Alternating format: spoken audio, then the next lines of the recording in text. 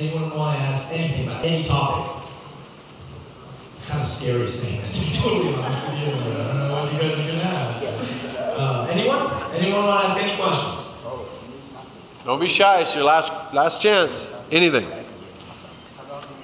All right. Then I guess we can wrap it up then. Oh, okay. Unless they have... Were there any leftover questions from what we had from the other night that we didn't get to cover? Oh, I got one. Actually, okay, you know what? Here's one that's kind of interesting. Maybe you can sound off on this, Brother Dwayne.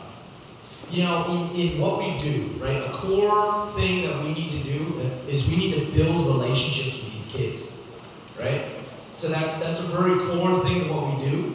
Because, I tell the team that I work with all the time that it's like, hey, it's the relationship you build that's the credit that you're going to have when you say, hey, let's go up to the altar, right?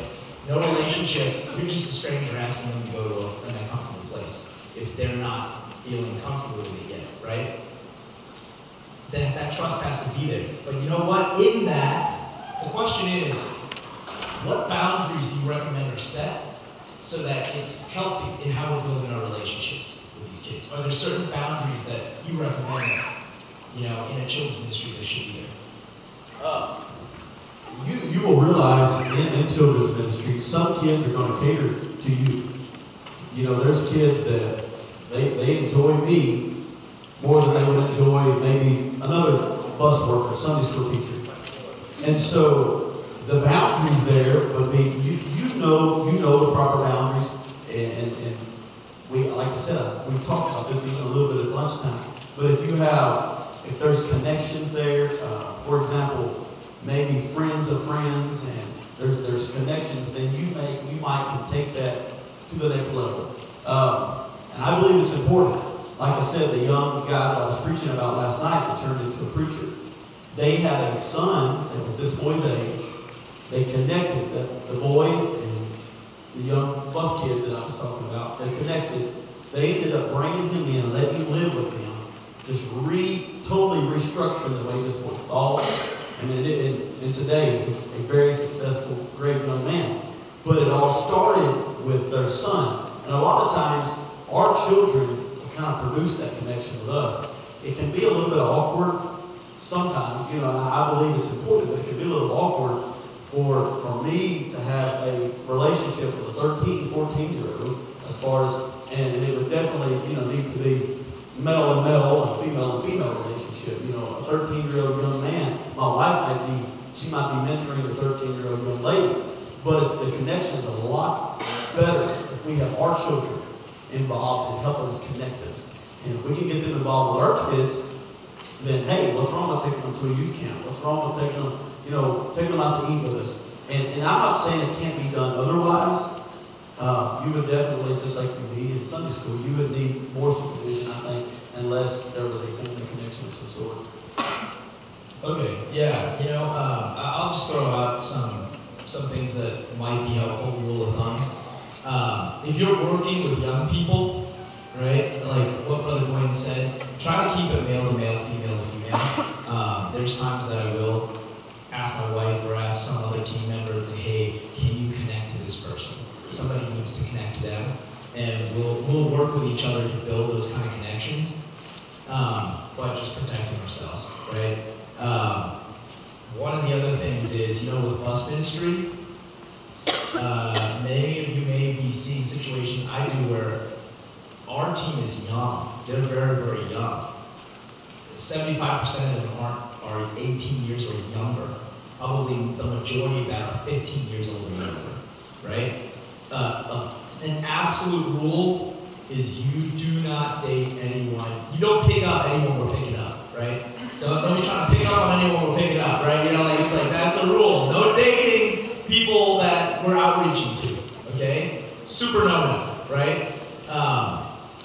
Sad that we have to say that, but it's just good to have kind of like policies like that. Let's just make it really clear, right? Make it really clear. The other thing that I would mention is for young people, for everyone on the team, is a communication policy, okay? Imagine any message you are about to send If your pastor was looking over your shoulder, would you wince? Would you flinch a little? If you even would flinch a little, don't send a message. Right? You know, like it's like, let that be like a quick guardrail for you to figure out, is this a good message to send, right? And if you can, make sure that, you know, like for me, there's times that I'm communicating with young ladies that, you know, we're working with on different teams. I'll oftentimes try to have my wife with me or have a bunch of people together, right? So it's not just a one-on-one type of conversation.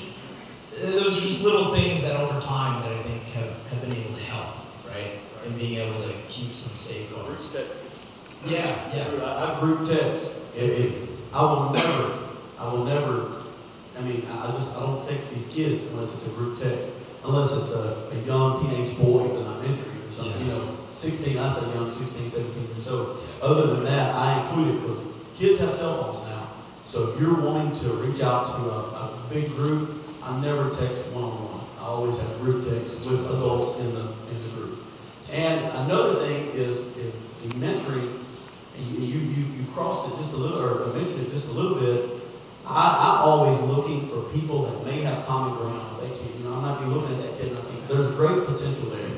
This seasoned kid here could really connect with him, and they could form a good spiritual bond. And so I would go to that teenager, that kid, and say, hey, why don't you try to connect with her? Why don't you try to connect with him? Before you know it, they're living for God together. Yeah. I'm gonna piggyback on that actually, real quick. You know, bus ministry in Sunday school may be how a kid and their family get introduced to the church, but that's not the end point. That's actually very exciting to partner with other ministries, right? A lot of times it's been bus ministry that first found a certain family, and then Spanish ministry comes alongside and starts to reach out and ask the parents, hey, you want a Bible study, right? And the whole family is one to God. I mentioned to some of you last night that you know, my wife and I sat down and we just wrote out 30 different names of people who were found through bus ministry, but the power of that was all other different ministries started to reach out and connect to them, to bring them into the church, to disciple them, to nurture them and everything else. It's an opportunity to partner, and I think, like you were saying, Brother Dwayne, it's really powerful when you start to take them time and think about who else can connect to them. Who else can connect to them so that we can really do this as a ministerial team sport together? How do we really make sure that they feel the arms of the church wrapping around them, right? It doesn't have to be us. It can be other people in the church. Let's all work to bring them in, right? To make them part of the family. So. The only other thing I would say on boundaries is be very careful picking up anybody. Never one-on-one, ever. No, there's just too many horror stories out there. Always take someone with you, preferably someone over 18, to go pick them up, whether it's Sunday night church, Wednesday night, whatever. Never be one-on-one. And be very careful. Another boundary is getting too clingy with kids. We try to just hugs.